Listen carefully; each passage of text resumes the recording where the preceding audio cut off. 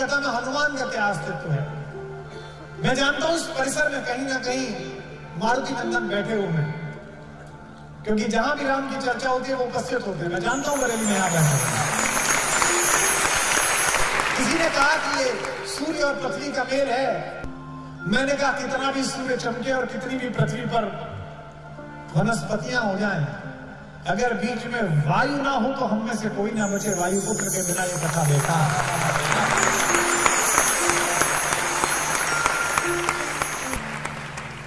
Communication की बड़ी चर्चा है साहब। राजनीति में बिना कम्युनिकेशन आप सफल नहीं है, साहित्य में बिना कम्युनिकेशन आप सफल नहीं है, मार्केटिंग में आप सफल नहीं है।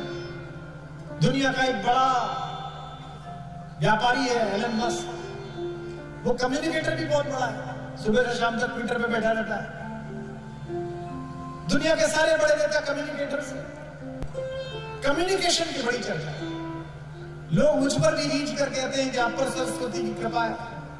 अगर कम्युनिकेशन भी सीखना हो, डिप्लोमेटिक कम्युनिकेशन सीखना हो, इस देश की सरकारों को अपने डिप्लोमेट्स को, IFS अधिकारियों को रामचरितमानस पढ़ानी चाहिए, राम की कथा पढ़ानी चाहिए। वो आपको बताएगी कि घर में जो शत्रु है उससे कैसा कम्युनिकेशन करना है, जो बाहर शत्रु है उससे कैसा कम्युनिकेशन करना है। हनुमान जैसे सरल और मित भाषी व्यक्ति को कितना अद्भुत कम्युनिकेटर राम ने बना दिया है अपने सत्संग से। अंगद को कितना अद्भुत कम्युनिकेटर बना दिया, कभी आप मानस पढ़िए। मारुति नंदन भगवान के जीवन में आने वाले सारे कष्टों का निवारण करते हैं। कितना अद्भुत बात है कि स्वामी तो पूरी दुनिया के कष्टों का निवारण करता है, और स्वामी पर जब कष्ट आता है तो सेवक उसका निवारण करता है।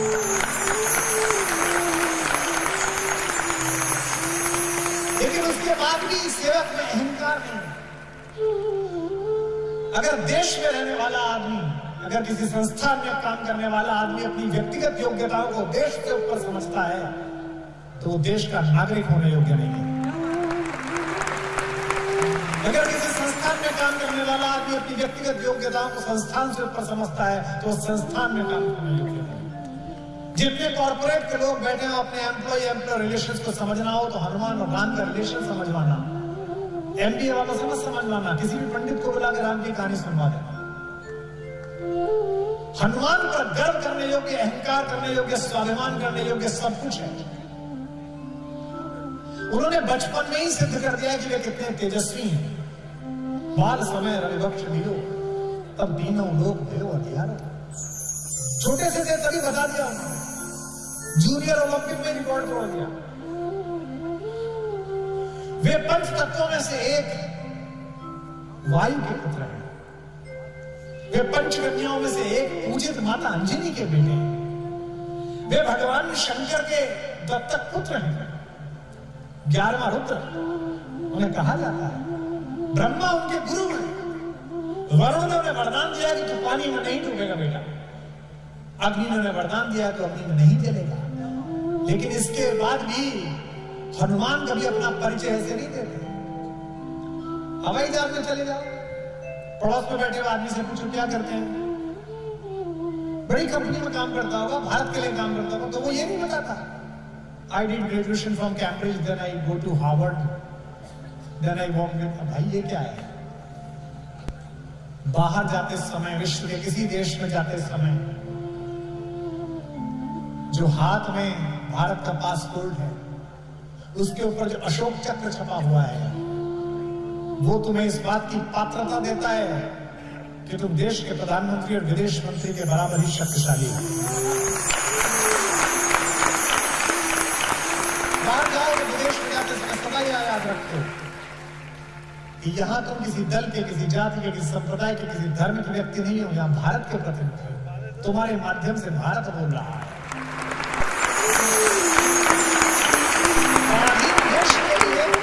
स्वतंत्र चेतना वाले सन्यासी ने 7 दिन तक चलने वाली धर्म संसद के आखिरी दिन जब खड़े होकर पहला संबोधन दिया था, my American brothers and sisters, तो उस विवेकानंद के लिए आधा घंटे तक तालियां गूंजती रही थी, क्योंकि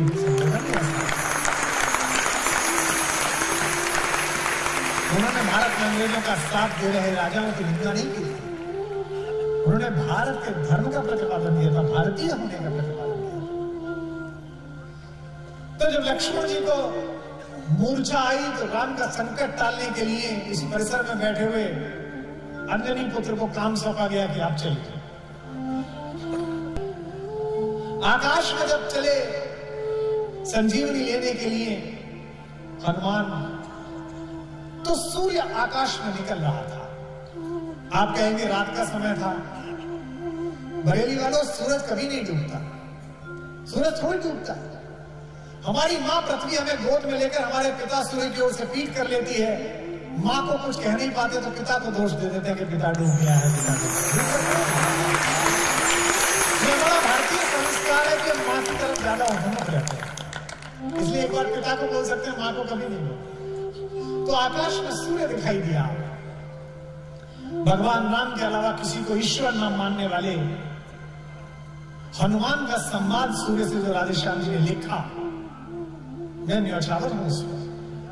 इंडियन फॉरेन एकेडमी में यह डायलॉग सिखाया जाना चाहिए राधेश्याम रामायण का, कि अगर किसी शक्तिशाली देश से संवाद करना हो तो ऐसे करो जैसे हनुमान करते हैं। पता था कि सूरज से काम है, तो पहली पंक्ति ही अद्भुत कही है, जो समझ जाए वो सूचित करें और राधेश्याम जी को प्रणाम करें। हनुमान जी ने कहा सूरज से, हे सूरज, इतना याद रहे, संकट एक सूरज वंश पे है।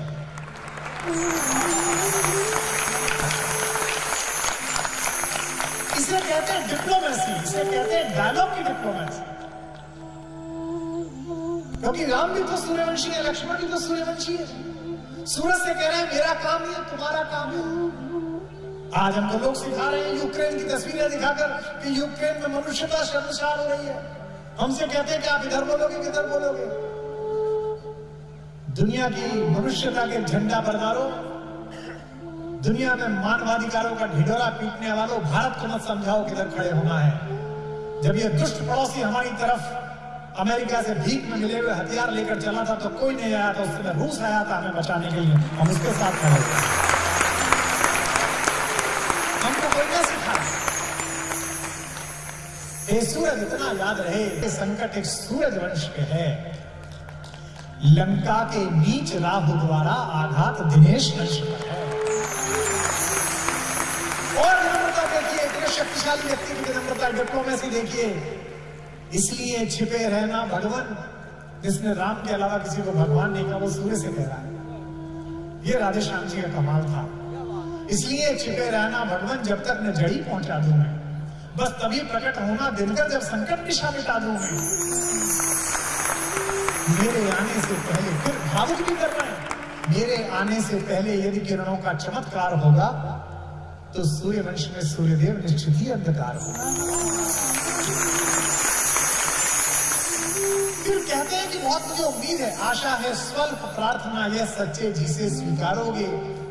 आतुर की आर्त अवस्था को होकर कर्णार्ध निहारोगे। 8 पंक्तियां विनम्रता की और बाद में 2 पंक्ति भारतीय तेवरों की। इस देश का तेवर ऐसा होना चाहिए, इस देश के विदेश मंत्री, प्रधानमंत्री, इस देश के रक्षा मंत्री, गृह मंत्री की भाषा ये होनी चाहिए जो हनुमान कह रहे राधेश्याम रामायण के मुख से। मैं धीमे से पढ़ूंगा और विस्फोट पैदा होगा यहाँ भारतीय स्वाभिमान का। अन्यथा क्षमा करना दिनकर, अंजनी तने से पाला है। बचपन से जान रहे हो तुम हनुमत कितना मतवाला।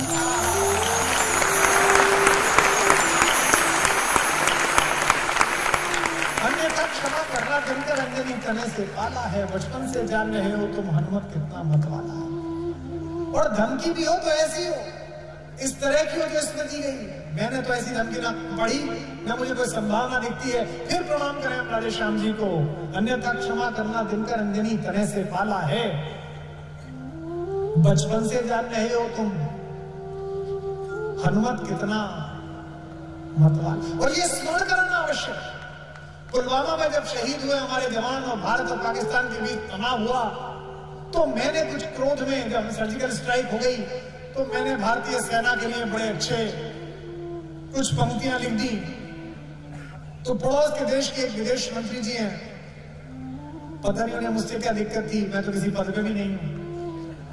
उन्होंने मुझे ट्विटर पे टैग करके लिखा कि ज्यादा शायर आजम ज्यादा उसमें मत आइए, अगर लड़ाई हुई तो मैं भी लड़ने जाऊंगी। मेरे नाना भी फौज में थे, बरेली वालों मैंने इतना मासूम सवाल पूछा था, वो ब्लॉक करके चली गई। अब आप देखना कितना मासूम सवाल। उन्होंने मुझे कहा कि मेरे नाना भी फौज में थे। तो मैंने सिर्फ इतना पूछा कि मोहतरमा आपके नाना ढाका में पोस्टेड तो नहीं थे?